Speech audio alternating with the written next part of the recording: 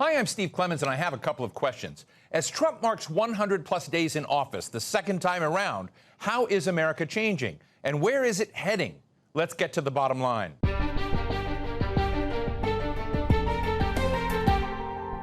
For Republicans, President Donald Trump has done more in 100 days than Joe Biden did in 4 years.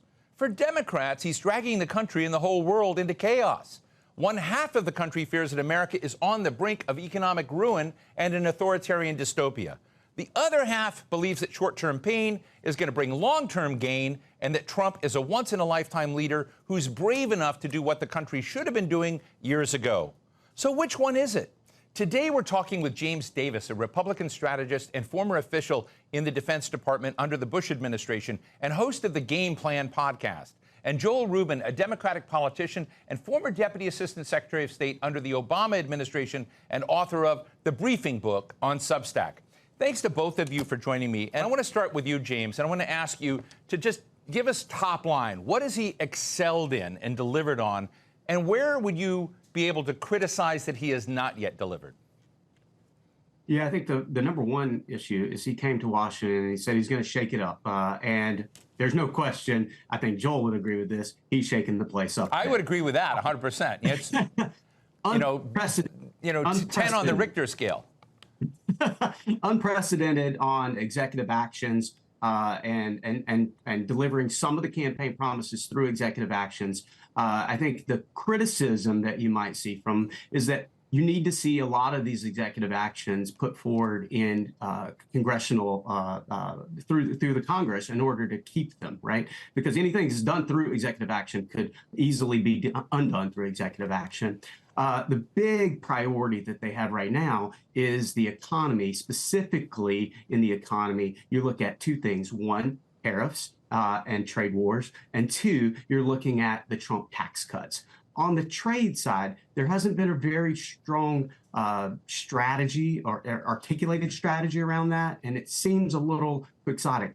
He has gotten the attention of a lot of nations to come to the table for a deal, and so there is hope in that we can find less trade barriers and get better deals for America overall in the trade side. But that creates a little bit of uncertainty for business investments and for the economy at large. One way to restore that is to get the Trump tax cuts from 2017 locked in and made permanent. And that's the challenge that Congress has before them right now. And the administration has to be pushing really, really hard to get this done. Let me ask you one question just before I jump to Joel on this. On executive action and executive orders, which Donald Trump loves executive orders, I remember another president loved executive orders, and that was Barack Obama, who was facing in many ways a paralyzed Congress at the same time. So did Donald Trump take a page out of Obama's book on governing like a king through executive orders? James? Oh, absolutely. Absolutely. I mean, I think a lot of things that you saw from the Obama years have actually, they sort of set us up for where we are today. You know, under Barack Obama, things became a lot more divisive. He has said that himself.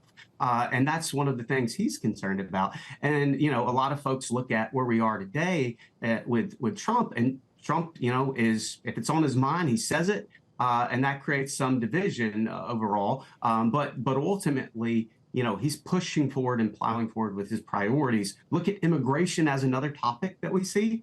You know, we saw a balloon in illegal immigration, you know, and that was massive through the Biden administration, an explosion of it. That was something he said he would take care of, and he has. Those numbers are drastically down. Now, there's some criticism around what is due process for a non-U.S. citizen versus someone here on, you know, a legal visa or some sort of other, you know, avenues such as, you know, coming in to the country. But that's the challenge that he's got to work through. And I think this is a messaging battle that they have to excel at right now.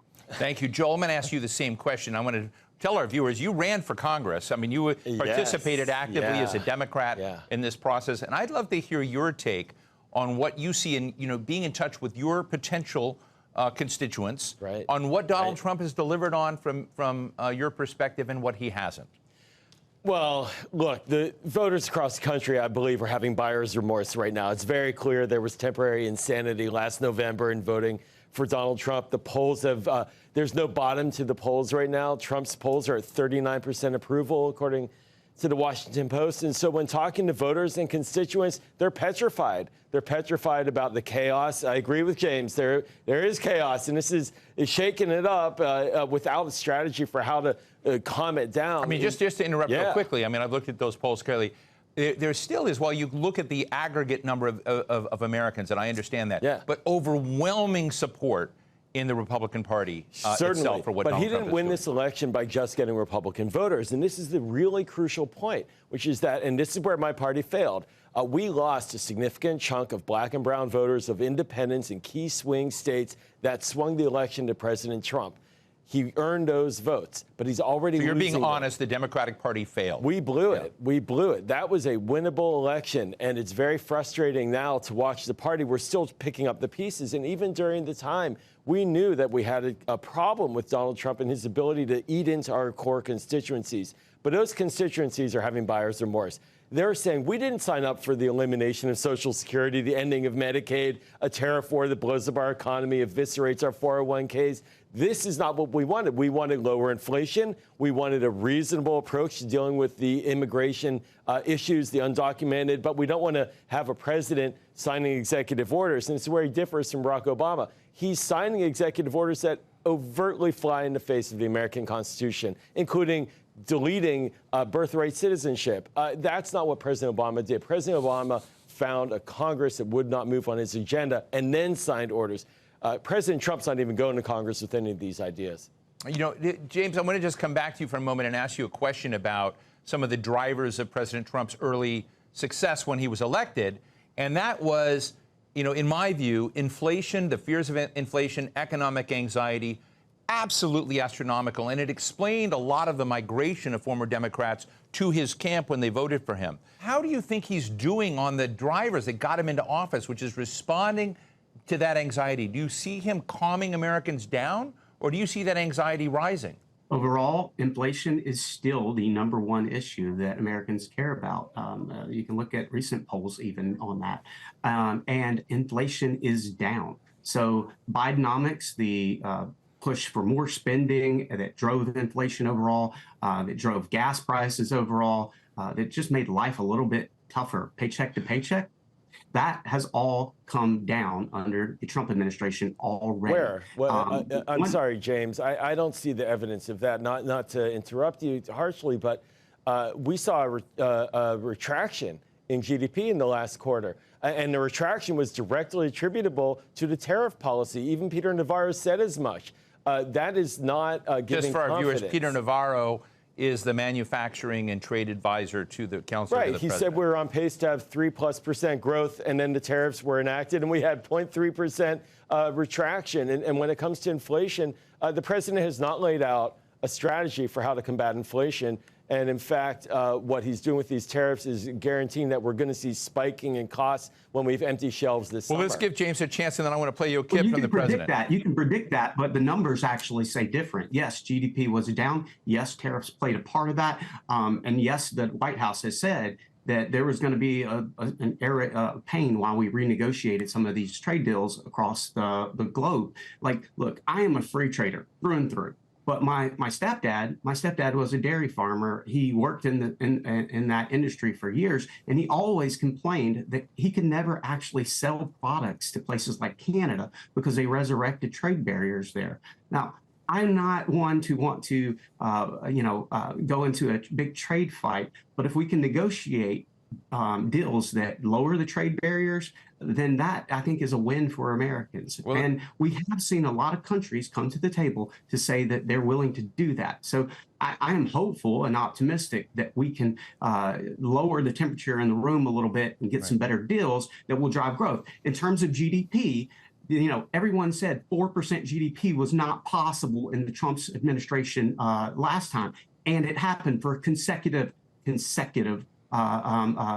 quarters because of the tax cuts. If we want to give certainty that will drive investment, in America, that's the best way of doing it. Let's listen to the president himself when he was asked about Americans that worried about the economy.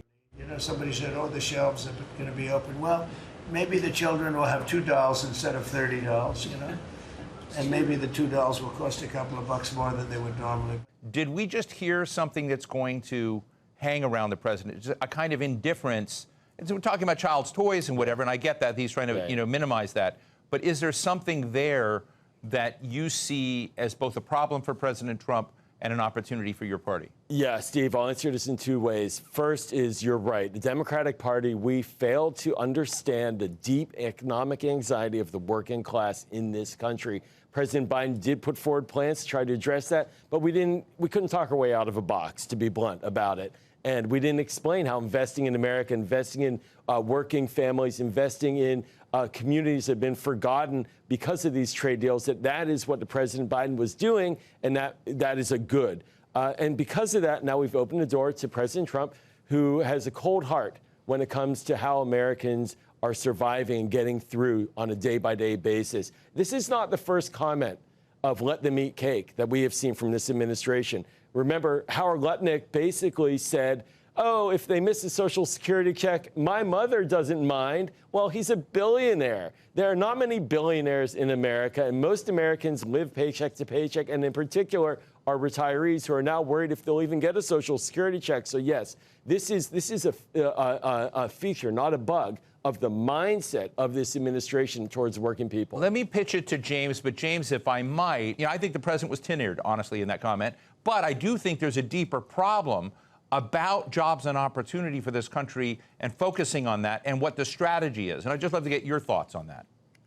Yeah, I think that's absolutely the case. And unfortunately for Joel and the Democrats is that they haven't had a really good message that resonates with working class, everyday Americans. In fact, they've showed more regard for supporting continued foreign wars, sending money abroad, supporting illegal aliens who have come into the country and flooded the border than they have everyday Americans. And that's problematic for them. If they have a message, that is their only message. And so I don't think that this has any stickiness with Trump in terms of, his comment there and hurting him long term.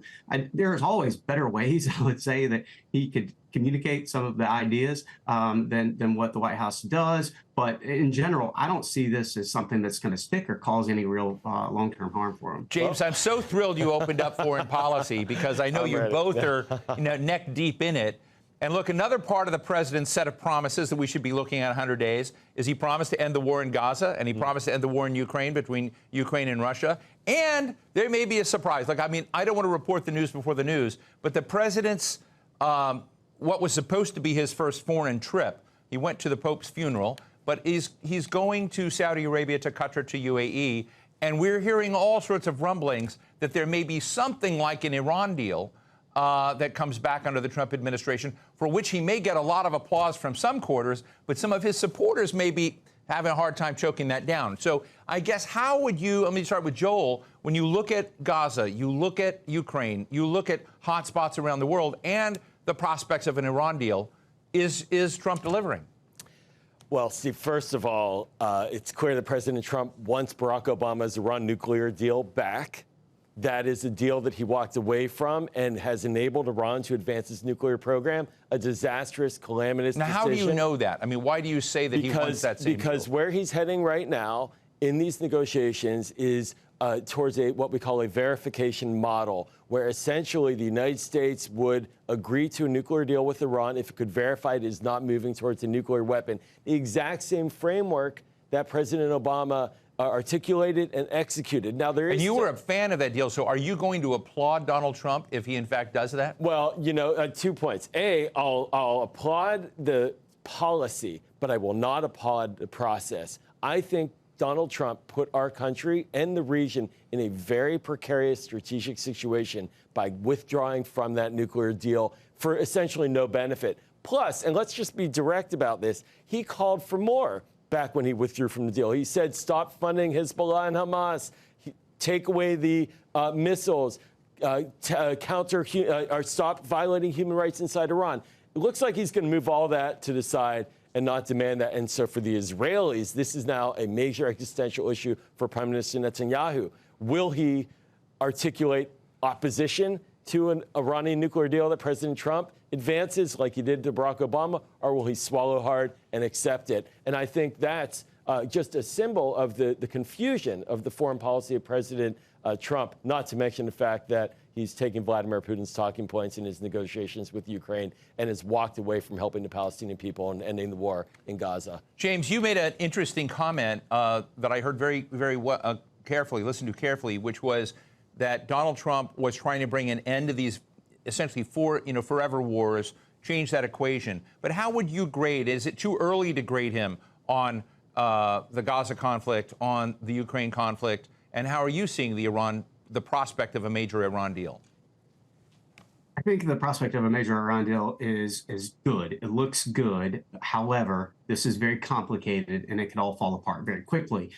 You have all these different parties that you have to bring to the table in order to really have a deal that has teeth to it. And I think that was the problem with Obama's Iran nuclear deal. It didn't have any teeth to it. We weren't actually, I'm sorry, we James. weren't actually leaning in. I apologize. I can't hold back on that. That was a multilateral agreement that had International Atomic Energy Agency inspectors committed to verifying, and our intelligence community assessed that it was being followed by Iran for multiple years, including during the Trump administration. So that's just not accurate. Back to James. So why do we see Iran continuing to develop because nuclear weapons? We withdrew from that deal. I mean, before then, that's why we withdrew. No, that's not before then. then. There's no evidence that said that was true. No, in that interim period during the deal, they did not violate it. I think you're going to see a stronger deal come forward. I'm looking forward to it. I am not sure when this is going to happen. I think it is too early to grade Trump on this right now, because the goal is to stop, Iran from continuing to develop nuclear arms and continue funding Hezbollah and bad groups in that region. Trump, for his credit, helped take some funding away from some of those groups through just getting rid of USAID. There were grants in there that were ultimately funding our adversaries. And then when you look over in Ukraine, I think, you've seen some pretty strong rhetoric from Donald Trump, ratcheted up rhetoric against Putin to get him to the table. He had that same approach with Zelensky early on, and people criticized him because they said he wasn't being strong enough against Putin. And then when Putin started, antagonizing through bombings in Kyiv and other measures and aggression, we saw them, ratchet up that rhetoric there. I think there is a small window for an opportunity in Ukraine as well. We'll have to wait and see before we can give them a grade. James, I would love to get your take on, you were at DOD. Do we need friends to basically succeed in countering a lot of what China's doing in the world? Is it smart from your perspective? Would you give Donald Trump an A in how he's handling China, but at the same time distancing ourselves on a lot of fronts with various core allies of the United States? It is a delicate negotiation to get all of that done, right? You have to be really strong with China. I remember when I worked for Secretary Rumsfeld, we had just done a meeting with the Japanese Diet in our capital, and I was just a 23-year-old, 24-year-old kid, and he walks back to the back of the room after talking about our greatest threat, which he saw as China during that time. And this is in the midst of Iraq and Afghanistan. And he came and asked me, so what do you think are biggest threats? Like I had any real ability to opine against him. But this has been a long brewing issue with China. China is getting stronger and stronger economically. They use authoritarian tactics to steal our IP. They violate so many agreements. And we see them moving into different parts of the world to buy farmland, to get rare earth minerals and other valuable assets.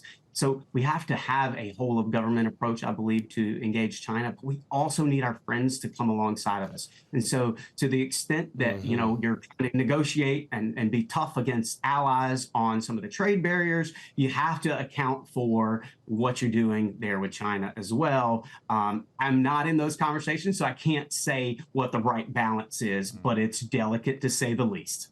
Joel, would love to get your take on the same question. Yeah. Again, when I think about some of the things I just heard from James about trying to onshore productive capacity, supply chain, deal with critical minerals, friendshoring is a big part of that. And I don't know how you successfully friendshore folks you're kicking in the teeth with tariffs and other challenges. But what are your thoughts? Well, there you go, Steve. Look, you're not going to find a disagreement with the Democratic Republican foreign policy debates about the challenge of China. There's a bipartisan committee in the House that Mike Waltz had chaired with Raja Krishnamurthy. Mike Waltz, for our audience, was the previous outgoing national security advisor of the president, nominated now to be ambassador to the United Nations for the United States. And so the challenge is not in dispute. But right now, what President Trump is doing is pushing away all of our allies to help us meet that challenge. Eliminating USAID does nothing but open up a glide path for China to slide right in to build alliances with countries in Africa and Asia. This Liberation Day tariff policy has turned upside down our relationships with our Asian allies who were depending upon us to have clarity about a partnership with them on trade issues. So there might be tough talk, but what we're doing right now is self-isolating. And when you self-isolate regarding China, you lose. Let me ask you both a real quick one finally here. James, you know, I'm a person that in the United States thinks that the United States is at its best when it has two healthy political parties. Do you see the Democrats as viable right now, as even alive at this moment? They don't have a message. They don't have a leader. I think they're struggling to find their identity. If you look at the after actions that they had after the previous election, I can't help but to just like take a step back and say, wow, how did you miss everything here?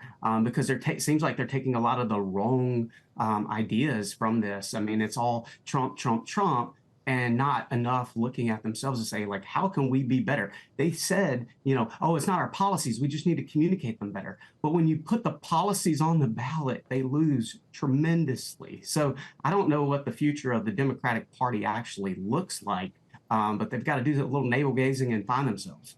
Joel, I'm going to ask you the same question. You know, you as a leading Democrat and a friend of mine, are the Democrats, is there a heartbeat?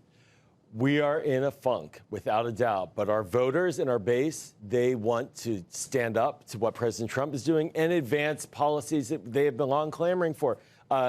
Social security protection, expanding health care, protecting civil liberties, having an economy that works for everyone, not just for the billionaire class. And we recently saw an election in Wisconsin where Democrats outperformed significantly, and the candidate for the state Supreme Court won by nearly double digits. And we cut down margins in half in recent congressional elections that had to fill in empty vacancies compared to what President Trump got. So while the party's in a bit of a funk, the people are not.